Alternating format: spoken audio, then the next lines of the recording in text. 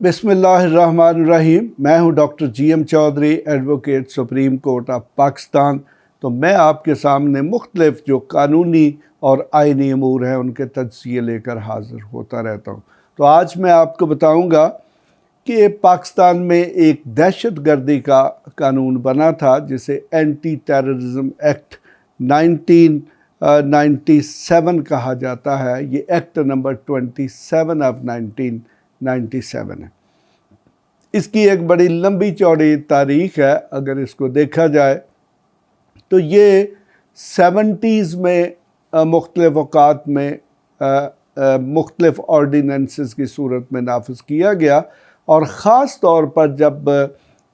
ये अफ़गानिस्तान में Russian intervention हुई तो उसके नतीजे में पाकिस्तान में बहुत ज़्यादा दहशत गर्दी बढ़ गई थी। यानी कि पाकिस्तान में हर दूसरे दिन या मुसलसल रोज़ाना की बुनियादों पर भी मुख्तलिफ शहरों में दहशत गर्दी के मुख्तलिफ किस्म के वाक़यात होते थे। तो उन वाक़यात को काउंटर करने के लिए, उन पर माकूल और जल्दी सज़ाएँ देने के लिए ये कानून बनाया गया था, क्योंकि हमारा जो मजमूआ तज़ीरात पाकिस्तान है उसमें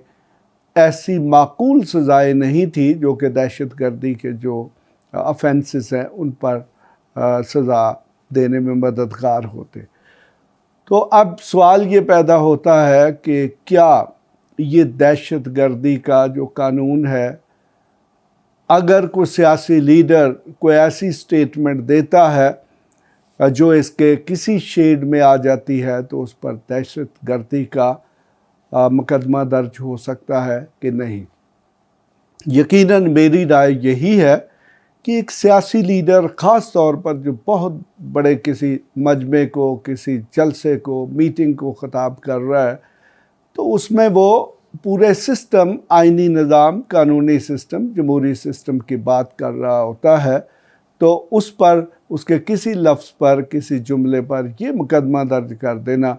कि वो दहशत गर्दी का उसने इर्तिकाब किया है, वो यकीनन इस कानून का मिसयूज़ है। इस कानून के सेक्शन 6 में मुख्तलिफ़ किस्म के शेड्स दिए गए हैं कि कौन कौन से जो शेड्स हैं वो दहशत गर्दी या टेररिज्म जो है उसके ज़मन में आते हैं।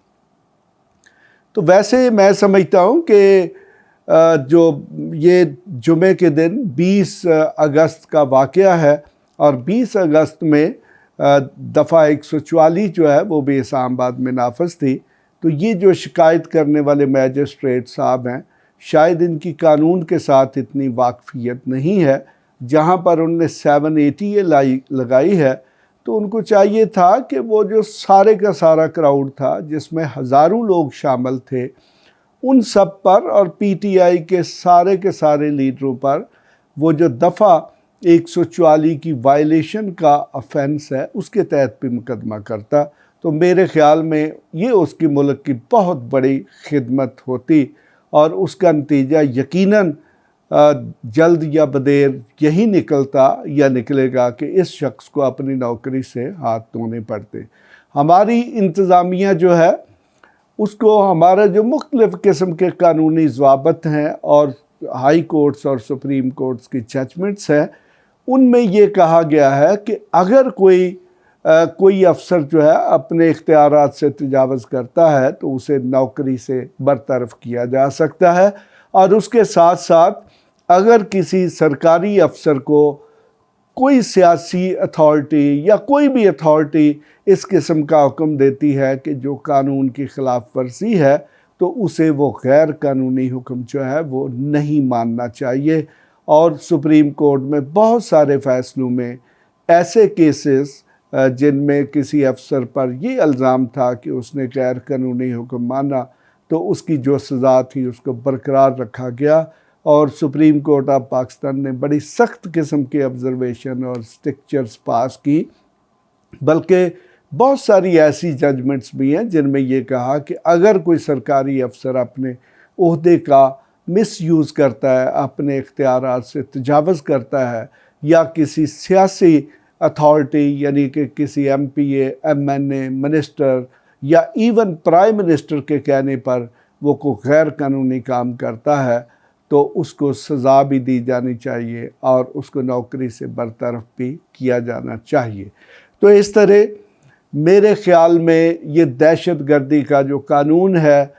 اس کا یہ جو موجودہ استعمال کیا گیا ہے، یہ بالکل جائز نہیں ہے۔ ہماری تاریخ میں بہت ساری ایسی مثالیں موجود ہیں کہ جب پاپولر سیاسی لیڈروں کے خلاف دہشت گردی یا پاکستان پینل کوڈ کے مختلف سیکشن کے تحت مقدمات درج کیے گئے اور ان مقدمات کا نتیجہ ان سیاسی لیڈروں کو سزاؤں کی صورت میں تو نہ نکلا، لیکن وہ جو مقدمات درج کرنے والے تھے یا درج کروانے والے تھے ان کو بڑے سنگین قسم کے حالات کا سامنا کرنا پڑا۔ میں یہ ایک چیز جانتا ہوں، چونکہ میں سول سرونٹس اور پبلک سرونٹس کے معاملات کو بھی دیکھتا ہوں اور عدالتوں میں ڈیل کرتا ہوں، کہ دیکھیں کہ اگر ایک سرکاری ملازم یا ایک پبلک سرونٹ جو ہے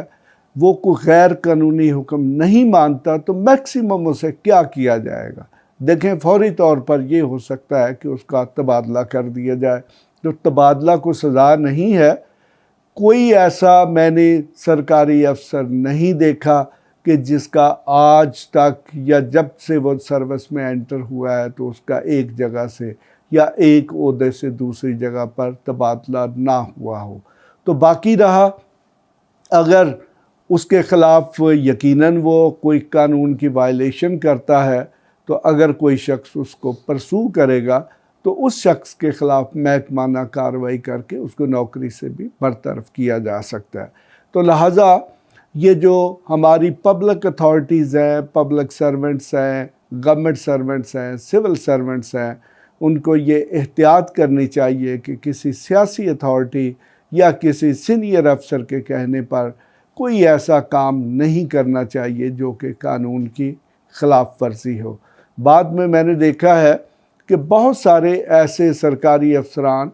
جو مختلف سیاسی اتھارٹیز کے کہنے پر کام کر دیتے ہیں اور بعد میں جب ان کے خلاف مقدمات درج ہوتے ہیں تو ان کے پاس پھر اپنی ضمانت کروانے کے بھی پیسے نہیں ہوتے اور ہمارے دفتروں میں آ کے روتے ہیں جی کہ ہمارے ساتھ ناجائز ہوا ہے۔ لیکن جب وہ ناجائز کر رہے ہوتے ہیں تو اس وقت وہ یہ خیال نہیں کرتے کہ کل کو ان کے خلاف بھی سنگین نتائج برآمد ہو سکتے ہیں اور ان کی نوکری بھی جا سکتی ہے۔ اور یہ جو سول سرونٹس یا پبلک سرونٹس ہیں،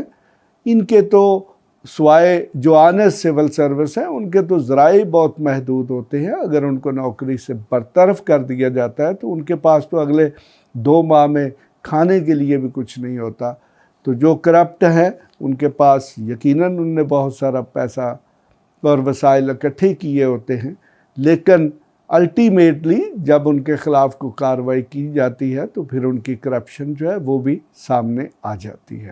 تو اس لیے میرے خیال میں دہشت گردی کا قانون جو ہے اس کو سیاسی لیڈروں اور خاص طور پر پاکستان کی سب سے بڑی سیاسی جماعت کے لیڈر یا لیڈران کے خلاف استعمال کرنا، یقیناً اس کے نتائج جو ہیں وہ اچھے برآمد نہیں ہوں گے۔ اور جس افسر نے بھی یہ کیا ہے اس کو یقیناً اپنی اتھارٹی کو کہنا چاہیے تھا کہ جناب آپ مجھ سے غیر قانونی کام کروا رہے ہیں اور میں یہ غیر قانونی کام کرنے کے لیے تیار نہیں ہوں۔ یہی قانون کا تقاضا ہے، یہی سپریم کورٹ کی جو ججمنٹس ہیں ان میں جو مختلف قسم کے اصول وضع کیے گئے ہیں یہی ان کا تقاضا ہے۔ لہٰذا یہ جو سیاسی لیڈران جو ہے ان کے خلاف جو اس قسم کے مقدمات یا دہشت گردی کے قانون کا اطلاق ہے، میرے خیال میں یہ کوئی اچھی مثال نہیں ہے۔ اس کے ساتھ ہی میں ڈاکٹر جی ایم چودھری آپ سے اجازت چاہتا ہوں۔